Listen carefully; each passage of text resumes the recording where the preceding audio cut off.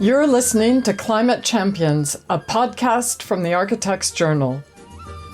I'm Hattie Hartman, Sustainability Editor at the Architects Journal. And I'm Hattie's co-host, Rachael Owens. I'm co-director at the National Retrofit Hub and Head of Sustainability at Buckley Gray Yeoman. Retrofit in particular, it's like seen as this like highly technical, top-down thing that's done to you. And it's like really alienating. What we're trying to do is like completely blow that apart. It's more about how to generate collective acts of care and repair and the skills to do that. It's actually about like, how do I make my home nicer to be in? How do I make my front garden better for plants or, chat to my neighbours? And suddenly it becomes part of life and how you want to live, and about having the skills to do some of that stuff yourself. Today we are talking to Melissa Mean of Bristol-based WeCanMake, a community land trust and neighbourhood test space that is pioneering a radical approach to the housing crisis, very gentle densification. Prototype homes are built in a local microfactory by residents using a modular cassette system made of FSC-certified UK-sourced timber. Melissa is one of our few climate champions who is not an architect or engineer. Her 10-strong team includes 5 architects, and WeCanMake has commissioned work from an impressive list of practices. Currently, Michael Ritchie's and Wa Thistleton on larger projects, and previously Studio Bark, Apparatus, Transition by Design, and Knox Bevan, amongst others, to work on its housing prototypes and design codes. With a background in public policy, Melissa has been singularly adept at creatively navigating existing policies to find an entirely new way of delivering housing on microsites in the back gardens of social housing tenants who opt in for this novel solution. Melissa, there is endless talk right now about how to deliver net zero housing to meet the government's housing target of 1.5 million homes before the next parliament. For over a decade, you've been developing a bottom-up, community-led approach at Knowle West, an interwar housing estate in South Bristol. You've started small, with 2 prototypes now built and occupied, 2 in planning, 2 more in design, and now larger projects in the pipeline. At the same time, you're thinking big, with a proposition that this could be rolled out in similar neighbourhoods across the UK to deliver more than 30,000 homes with just a 3% increase in density. You are entirely reimagining housing delivery, and you call it people-led. Can you describe your approach and how this actually works in practice? It's great to have you on the show. It's great to be here. Wow, kind of big questions there as well. When you have the kind of combination of the housing crisis and a climate emergency, that can feel super overwhelming and almost kind of paralyzes where you are. And then you also have this kind of obsession with you can only tackle that with big numbers and kind of like really big things and big developers. And this kind of obsession about kind of like 1.5 million homes, etc. is quite paralyzing and quite disempowering. And I think we want to take a kind of different approach about how you can begin to create really genuinely meaningful change on the ground in people's lives with people. So we really kind of lean into kind of like the power and also the joy of small, and really working at a human scale and a neighbourhood scale. And we think the neighbourhood is really important because this is where we connect with people, it's where we've got a sense of belonging, but it's also a kind of a unit. It's human scale, but it's also large enough to be kind of recognised by the rest of the system. So you can actually try things out at a scale that kind of matters, both at the human scale and the wider system kind of see. We're based in Knowle West, which is a council-built estate in Bristol, and I think when the estate was first built out 100 years ago, it was that reaction to the horrors of the First World War and that real kind of intent to kind of build homes fit for heroes. And I think it's really important to remember the radical hope and intent that kind of like went with this kind of mission to build those houses then. And I think, 100 years on, we probably had 100 years of neglect and underinvestment. When people come to our neighbourhood, they kind of see, a crumbling public realm. They see houses that are kind of ill-equipped for the climate emergency. They see all the kind of layers of multiple deprivation. And they kind of see it as a problem to be fixed. or even demolished and started again. But I think where we start, there's a huge kind of richness here and know-how. We think very much that places like Knowle West and other neighbourhoods like it can very much be the future of housing again.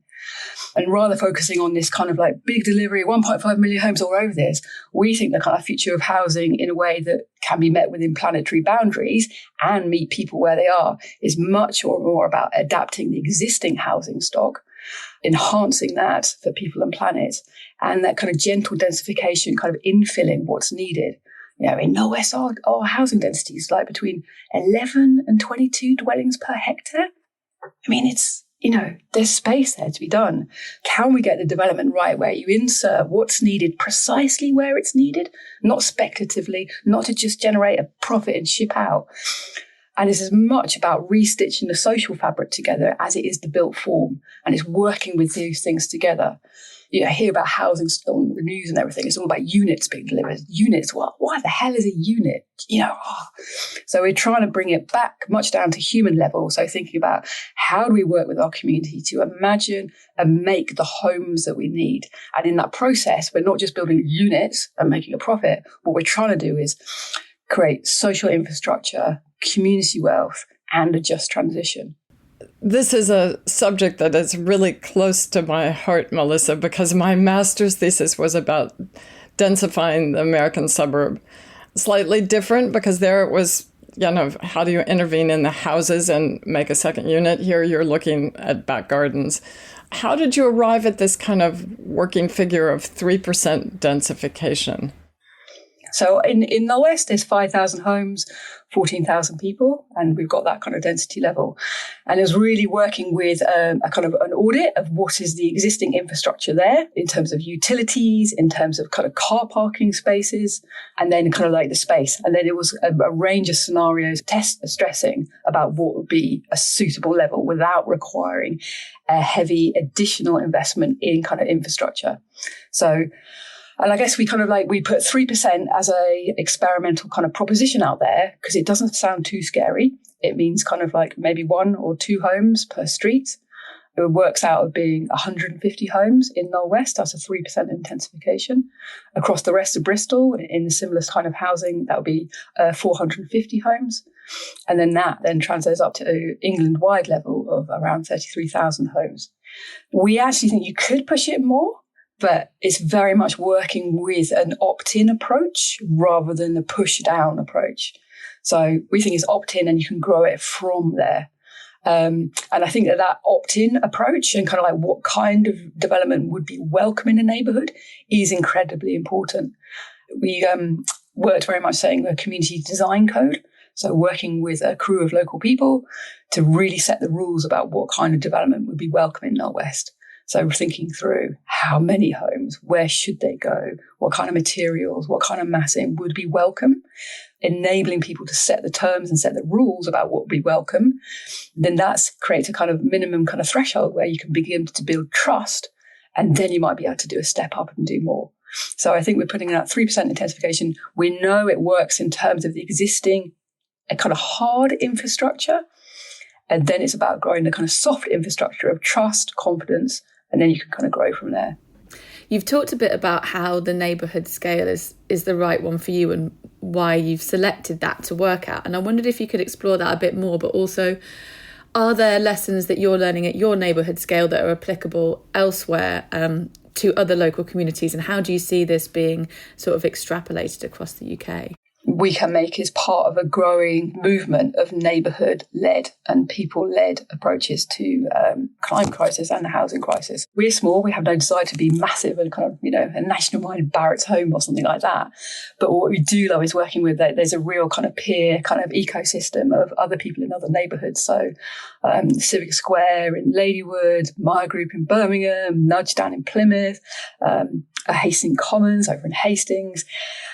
It's a really exciting time, actually, and it feels like we're almost reaching that kind of critical mass of people working with kind of like a similar approach of this people-led, street and neighbourhood-led approach and beginning to fill out this kind of space.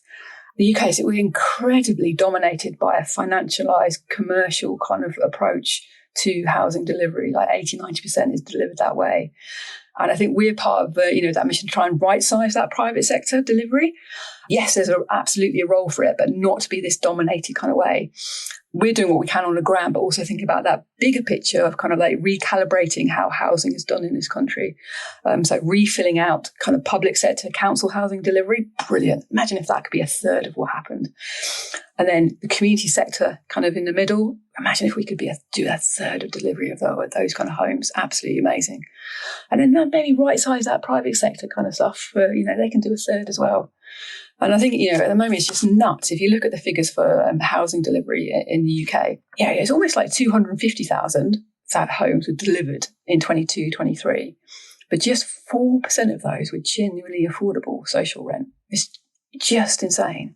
And just 27% as a total affordable. And that means like 73% are unaffordable homes, financial products that are crap quality and not delivering anything that we want.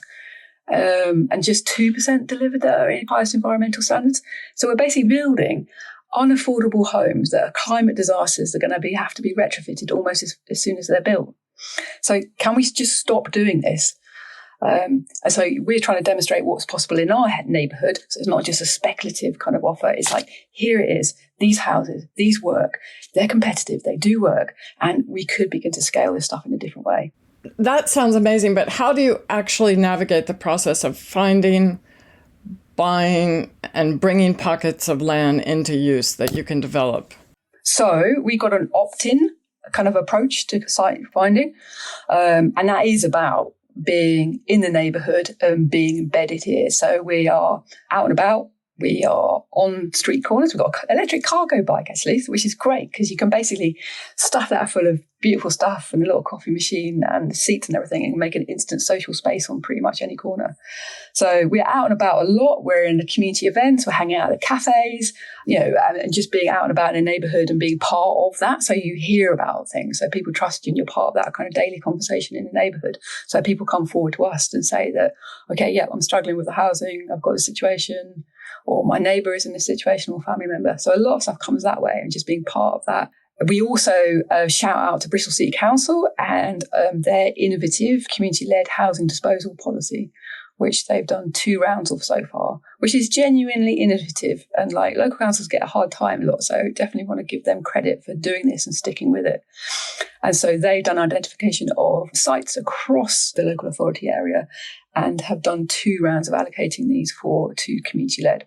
So we've secured 3 sites in this way, which are a scale up from our microsite kind of back garden development. So these are kind of small sites, garage sites and kind of car parks. And we're beginning to develop those as well. So there's a kind of mix really of kind of like opt-in, very much people wanting to kind of like pull in. This is a kind of like a possible kind of housing solution for them. Very frustrated by, sitting on a council housing waiting list for, I was talking to somebody who's been on it for 11 years the other day, which is just insane. This is what we've done with our microsites. It's genuinely revolutionary in that we have invented a new supply of land exclusively for community-led, whereby council tenants can opt in to use part of their large gardens to create space for a house for elders to downsize or adult members of the household who are suffering from overcrowding. There's a genuine new supply of land there for community-led, which is great. And then you combine that with the kind of large sites through that progressive housing policy from the city council. You're beginning to get a kind of a mix there of being able to densify at a kind of level that works. It's so inspirational. I remember attending your studios as part of the Retrofit Reimagined event and speaking to one of the women who has helped build and now lives in one of these houses with her daughter. And it was just incredible to understand the sort of, not only how much it's transformed her life, but the pride that goes alongside having actually created your own home. I wondered if we could talk a little bit about the homes that you have already delivered. So we mentioned you delivered these 2 low carbon, locally made living rent homes in Knowle West. Can you tell us a bit about the design of them, but also the people who made them and now live in them? Yes, absolutely. It's very, very cool. Where to begin, really? So I think what's nice about the first 2 homes is they kind of illustrate different kind of people's routes into this different type of housing. So the young woman that you're describing there is Tony, and her daughter Amantia, who were living in the spare bedroom of her parents' council house. Quite overcrowded, possibly some family tensions there, but they did have a large back garden. But they came along to one of the WeCanMake events as a family and kind of saw that as a kind of option that that this is a different way to secure their daughter a good home. And so, it was a kind of co-design process of working with the family, with the neighbours to see what was kind of possible. And a very nice thing that we did do as part of that, we did a design and get planning for a house in a day workshop. So we got Tony and a kind of architecture team and two other kind of families working with different architecture teams. And we spent a day kind of designing a house, co-designing that. And then the teams had to present to a mock planning committee in the afternoon and present their designs. And I'm very happy to say that Tony's passed, which is it's a good way to kind of see how the system works and kind of demystify it and see what's possible. It would be a good workshop to roll out in practice. I think we'd all enjoy that level of efficiency as well. But navigating complex processes fun, I guess, is part of the challenge there. Yeah, as I said, we've got a little micro factory. So we've got an approach to kind of digital fabrication and MMC, which is all about localizing it. We trained Tony in how to use some of this kit, and she's so proud of the fact that she basically made an entire wall for her home. Yeah, kind of putting the cassettes together, filling them with insulation and having them ready to ship to site, which is great. And then, Tony very much involved as well in some of the kind of self-finish. So, she's very proud of the floor. And we're really proud of the floor. We're all really proud of the floor because the floorboards came out of a school hall was being demolished in the neighbourhood. And we got wind of this. And it's basically a kind of 60-year-old Canadian maple floor that was going basically for landfill. So we got in there and basically kind of took that floor up 120 square metres with a combination of crowbars and angle grinders and sanding it all down. So you definitely can't go in Tony's house without taking your shoes off. And it's a buzz. It really is a buzz kind of going around to visit her and having a cup of tea with her and her daughter because she's so proud of that home and she's been able to kind of make that absolutely her own.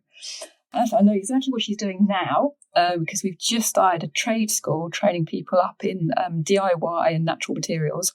So I know she's in the factory right now as we speak with another set of power tools in her hands, learning a next set of skills to do more. So I think it's that journey that you can go on when you're working at this level, that the impact of that is just incredible, isn't it? Well, transforming. Where does the funding come from to build the houses? God. I mean, this is the thing, isn't it? I think we describe ourselves as quite entrepreneurial in terms of stitching the things together to kind of make this kind of possible. We've had incredible support from Nationwide Foundation, who are, their mission is very much how do you create system change in the housing system. So they've been supporting us as an innovation project to be able to scale. And I think without that support, we wouldn't have been able to kind of, get going or keep going. And then in terms of the construction of the first two homes, again, a shout out to Bristol City Council, did something revolutionary. Usually community-led groups can't access affordable housing grant, but they had a pot together of their own affordable housing grant. And I think it's the first time that a local authority had done this, but they opened it up for non-registered providers to be able to access that fund, i.e. community-led. And we were the first community-led to access that. And then the rest of it, we borrowed money for social finance. So that's how it's done. And then it's paid back over a very long time through the rent. But it's a scrabble for community-led to get housing money. So two things that is very restricted in terms of the government grants. You have to be a registered provider. The bureaucratic administrative bar to becoming a registered provider is pretty extreme. Given the state of a lot of social housing in this country, I'm not sure that regulatory approach is really holding people accountable once you get over that bar. There you go. And then community-led, we are still currently at the moment seen as a bit weird and a bit strange. And so the market doesn't really understand us. So, we get quite punishing interest rates when we try to borrow money of 9, 10, 11%. which, makes things pretty unaffordable, particularly when, you're like WeCanMake and we're committed to 100% genuinely affordable housing. So living rent and social rent only. So making that stack up is quite hard. When you're a small operator, this demonstrating innovation on the ground, everyone's going, how do you scale? How do you scale? And, the answer is you have to follow the money. So one of the most exciting bits of work that we're just doing this year is bringing together a collection of other community asset developers like ourselves that are not interested in just one-off projects, but absolutely neighbourhood scale transformation. So working with the likes of Nudge down in Plymouth and Hastings Commons over in Hastings. And then we're working with Power to Change and others to bring together transformation scale community asset developers with long-term finance investors, so pension funds and long-term mortgage lenders, and see what we can do in terms of capacity building on both sides to be able to bring in the kind of money that the sector needs to really begin to deliver on scale. So get good money in on good terms. It should be as easy for me to go and get finance to do these, amazing kind of homes. It should be as easy as somebody to go and get a buy-to-let mortgage, or for a developer to go and get money for another block of student flats. Those asset classes are really understood by the market as it is, and we need to get community-led to be recognised in that easy kind of way as well. So that's very much the mission for this year, to begin to get the right amount of money in on the right scale and stop the scrabbling about at the edges. Because we know the value of what we're developing. Use Hacked and Tom's social value calculators to kind of measure the value of our homes. We don't measure it in profit. We measure it in the wider value that's created. And for each of those first two homes that we've developed, the social value comes in at over £180,000 per homes. So that's carbon saved, local jobs created, housing security. So we want to get the finance in to turn that social value into real hard cash so we can do this more. You can imagine that would create such a cascade of impacts as well, because, banks and building societies, they have their own ESG targets, they have their own Scope 3 emission targets that this sort of funding would really help them deliver. So you can imagine as soon as it is understood by the sector and a few banks do it, then they're all going to want to get in on the action, but you're taking that sort of initial hard step. You've already mentioned a few times ways that you've worked with the local authority, Bristol, to do things a bit maybe outside their comfort zone or things they haven't done before. Another topic was the idea that some of the development you've been doing is probably classed as backland development, which is often resisted by local authorities. So I wondered if you could talk about any tips you might have for other people working with local authorities trying to sort of do something a bit innovative. Do you have any advice? I think sometimes like the debate about kind of community and council can feel a little bit like a zero-sum game, and one has more power than the other has less. We work really hard to be kind of propositional. Our absolute mantra is like council and community working together. We can do stuff together that neither could do alone. So really kind of working hard at that. I think it's a combination of things like trying to win hearts and minds, and council people, they're humans, and many of them have got a real kind of like absolutely here for the city and got that civic heart, and is kind of tapping into that and making some kind of stuff possible and creating space for that. So when we took the first two homes through planning, we were really careful to win it at officer level, not relying on going to committee and winning it at kind of political level. So really trying to win people over and make the kind of case. I mean, I do think it's also, you do have to remember that councils are bureaucracies and they are organised in a particular type of way. And they do have processes and procedures and loops. And you do have to absolutely engage with those things and do those things. And so it's important, making sure that you've got it sign off and do those things in the right way. So, we repeatedly took things up to cabinet level to get sign off, because then it's lodged there in the machine and very hard to unpick. So in addition to all your work engaging with the local authority, tell us a little bit about the range of stakeholders that you work with. You've got the residents, you've got the local authority. Are there other players as well?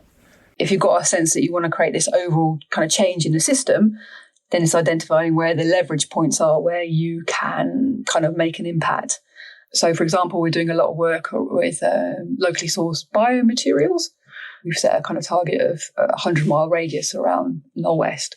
and thinking about what can we source in terms of biomaterials or reused materials from that area. So that then begins to get you engaged with a whole range of stakeholders there, of local foresters and producers, people like Wood Knowledge Wales and the Association of Sustainable Building Products, National Retrofit Hub.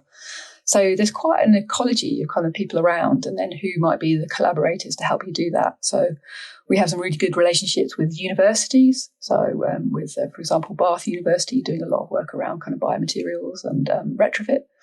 And, that makes it quite exciting. It means we can stay small, but we can do quite a lot of other things and, punch a little bit above our weight, hopefully. Yeah, an exciting one we're working on at the moment is funded by the Forestry Commission, who've got a great programme about timber in construction innovation at the moment. So we're working with Wall Thistleton Architects and Price & Myers as engineers, and we're developing a homegrown timber kit of parts system for low-rise multi-storey buildings below 11 metres. So this is like really trying to make it easier for those small sites like garage sites and car park sites, and have a pre-approved system that's gone through fire and building control and insurance, so that we can kind of repeat the same recipe on different sites and then make that open source for other community groups to do that as well. So we can really begin to unlock these sites in a kind of much smoother kind of way. And the first site using that system has just gone through pre-app, which is very exciting. And so that's for 3-storey little apartment block with community use at ground floor and then apartments above it. That would be an enormous jump in scale from the back garden. Fantastic. Yeah, it's very exciting. And we know a lot of the ways that you design the design of the buildings that you're working on, but also the processes revolves around trying to upskill people, create local jobs. We know that we need so many more people working in the construction and retrofit sectors if we're going to deliver all the work that's needed. So we wondered, how do you identify and engage the people who come and work with you on projects? We've got our big what if question, which is like, what if the power and resources to make good homes were in the hands of our communities? And so that really is about, can you literally put the tools in people's hands to design and make your own homes? So you're designing your neighbourhoods and streets on your own terms. So digital design and fabrication tools, pretty cool way to do it.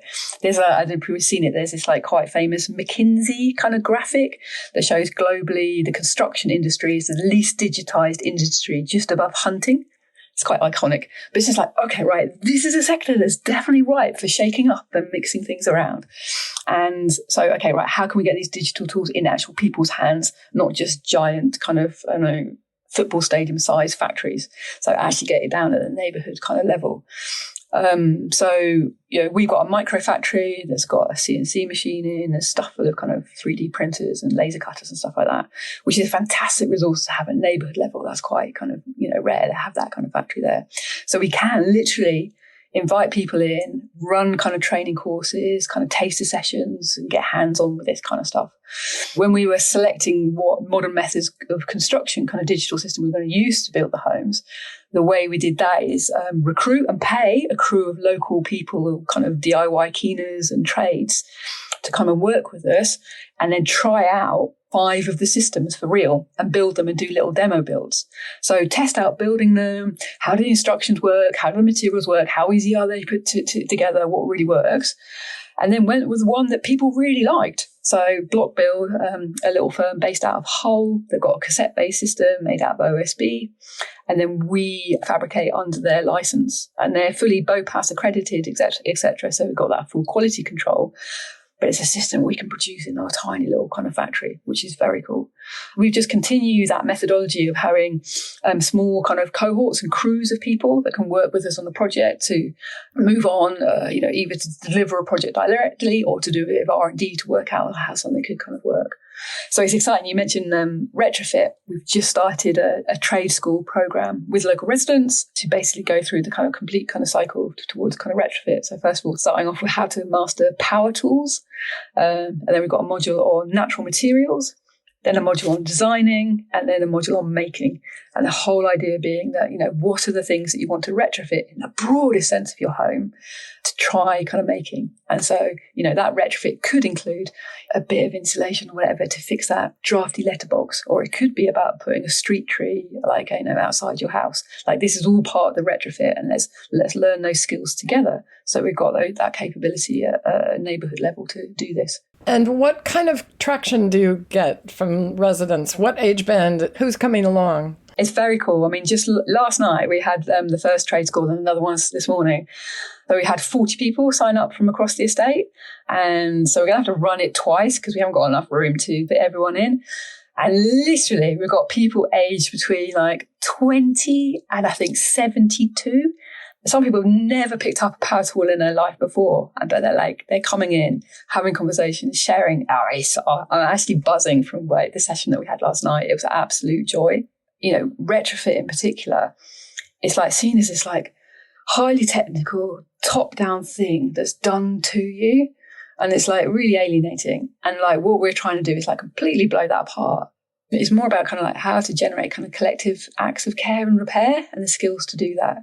And so having this social space where we're learning these skills together and thinking about what we can do to adapt our homes and make them better and improve them is hugely empowering, because retrofit is suddenly not this thing that's done to you, or it's this overwhelming, confusing thing. It's actually about how do I make my home nicer to be in? How do I make my front garden better for plants, or, chat to my neighbours? And suddenly it becomes part of life and how you want to live, and about having the skills to do some of that yourself, or getting a bit of help from your neighbour to help and do that as well. And I think if we can create these kind of pools and cohorts of people that are doing their stuff, that just becomes to be really exciting.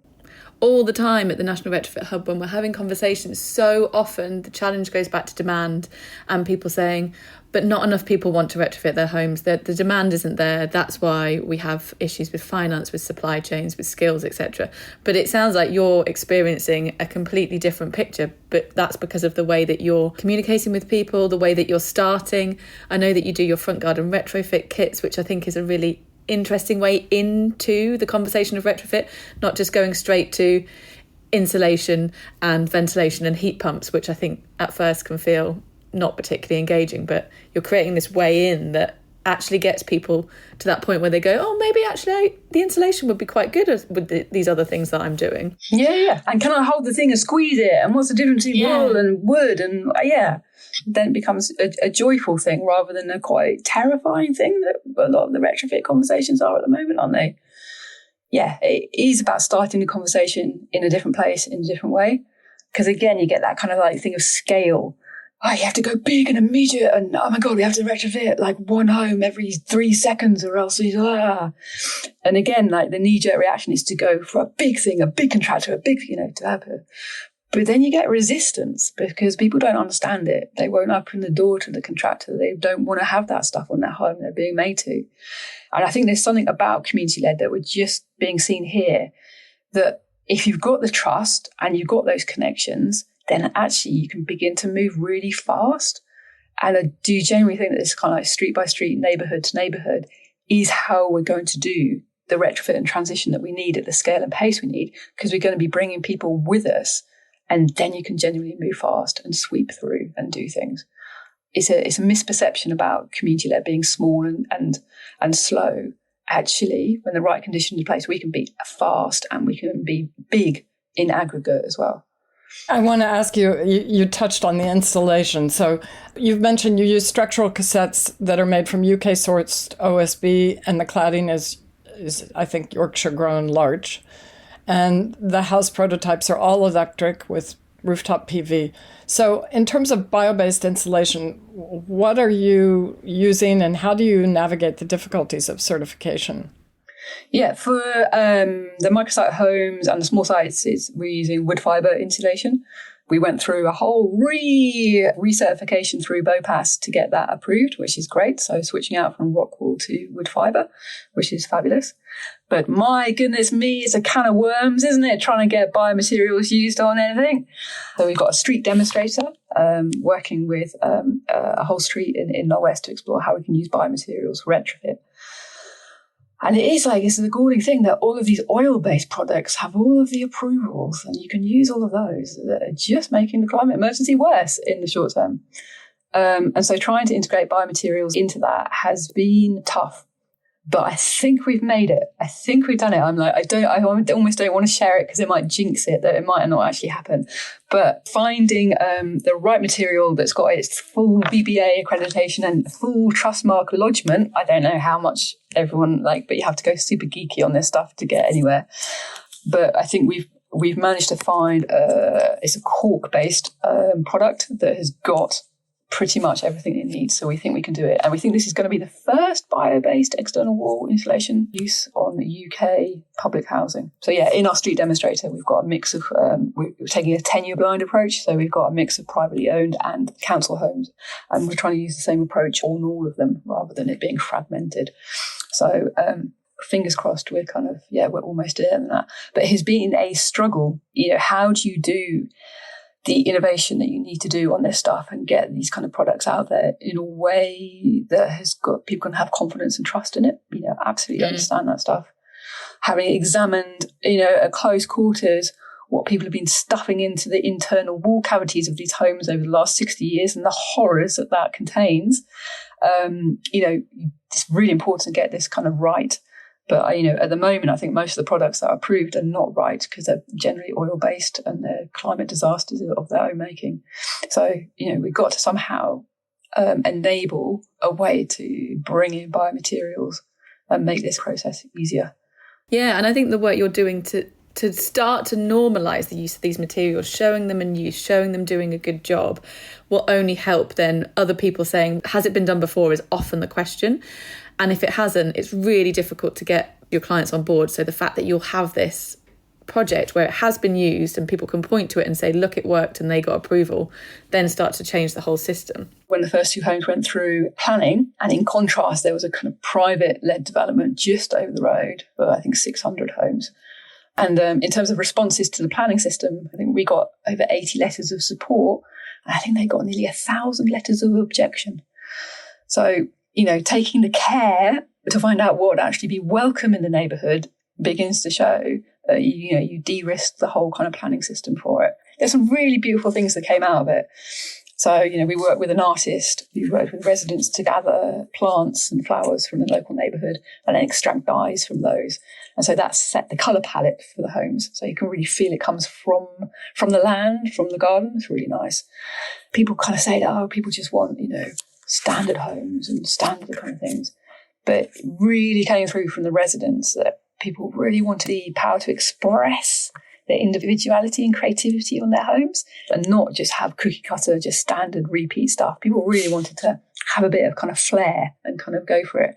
So I just found that kind of really kind of heartening and a counterpoint to what the industry says that people want. And it's often a privilege that's reserved for those wealthy enough to design and build their own homes, the grand designs kind of cohort where, we understand that people there want to express their individuality. Turns out that the majority of people who can't afford to go through that process probably feel a similar way as well. So empowering that is incredible. So we've already talked about your approach to bio-based materials, but I know you're working on a project with the University of Bath to research this more in Retrofit. I wonder if you could tell us a little bit about the project and who else is involved and what you're finding. So we're part of a bigger kind of research project called Transforming Homes, which is funded by the AHC. This is really great. It's being part of this kind of big research project. Linked to the Design Museum as well. So it's part of the kind of big green transitions program. And it is all around how to use biomaterials in Retrofit. And then part of that, there's two demonstrator projects. So one over in Swansea, which is more of a kind of council-led model. And then there's our street demonstrator in Knowle West, which is a community-led model. The research is exploring those two different approaches to how you kind of use things. And then we're working very closely with Bath University Architecture and Civil Engineering Department, who are brilliant, absolutely huge, deep technical knowledge and really up for experimenting and working in community ways. So it's been fabulous working with them. So we've taken a whole street in Knowle West and really trying to think about how Retrofit works at a type home level. So within Knowle West, we've got 14,000 interwar homes. So these are all brick, semi-detached and short runs of semis. And all the homes are quite similar. So there's about 20 little kind of types or variations between these homes. So it's our kind of sense, if we can get the retrofit recipe right for these type of homes, then you can begin to kind of scale in a neighbourhood way to really get these things kind of understanding. So we were working with one street, engaged kind of 20 families on that street, and then 6 really in depth, and done super in-depth monitoring of the homes over a whole year, got all the data on that. And then we've run kind of co-design sessions on how people would like to retrofit their homes. And I think this is one of the exciting things about this is we've got a very expanded idea to retrofit. So yes, it absolutely includes the kind of fabric improvements using biomaterials, absolutely includes kind of ventilation improvements and, switching to kind of renewable energy. But the other parts that, co-design came through being really important was one around kind of green infrastructure.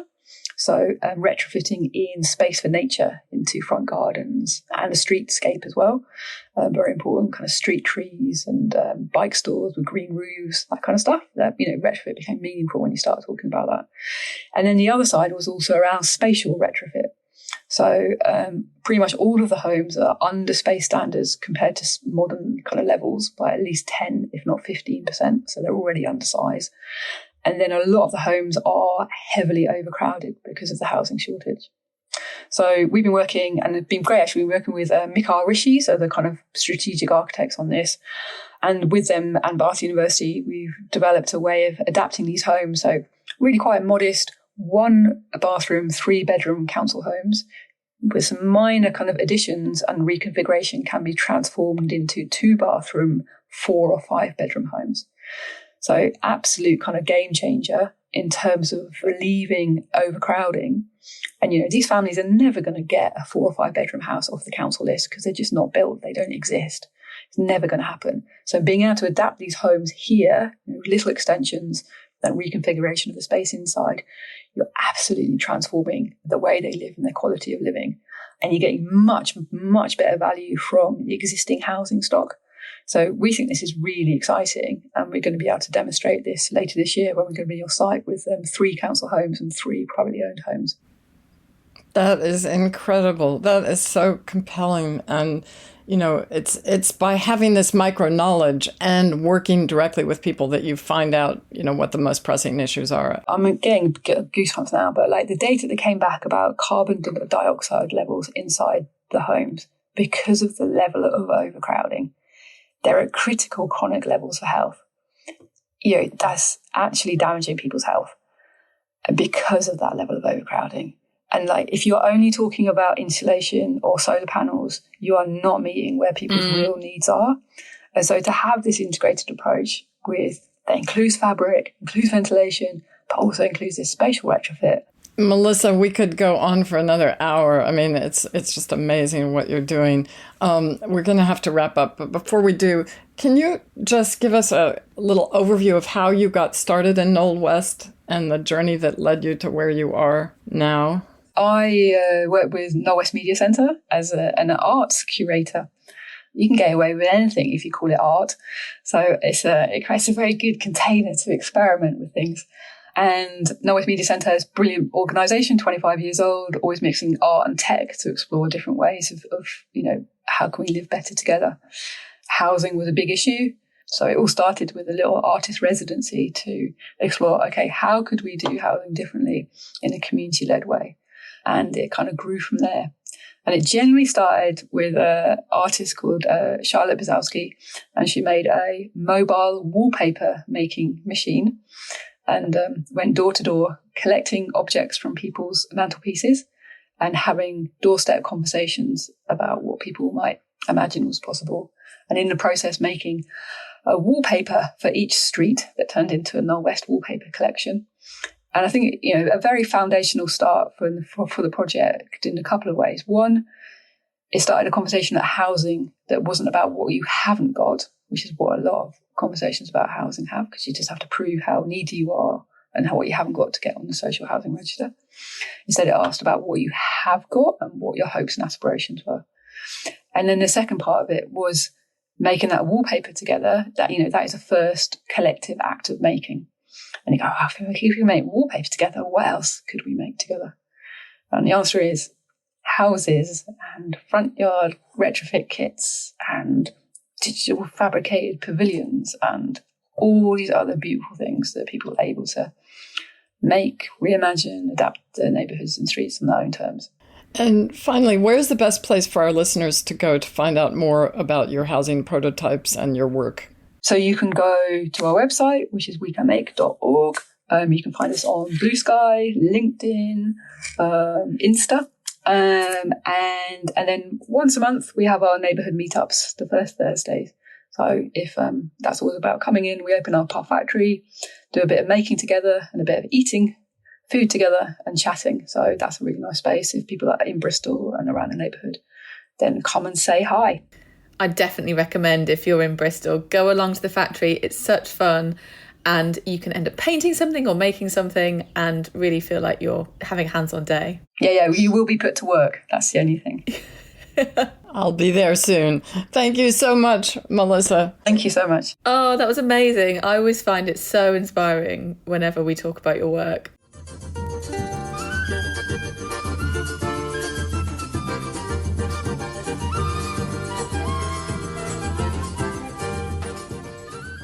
Thanks for listening to Climate Champions, a podcast from the Architects Journal. Our next guest will be Summer Islam of Material Cultures. Thanks to our producer, May Robson. Our theme music is Foro dos Dois Amigos by Edmilson do Pífano, interpreted by Felipe Tanaka e Banda Balaio de Baião.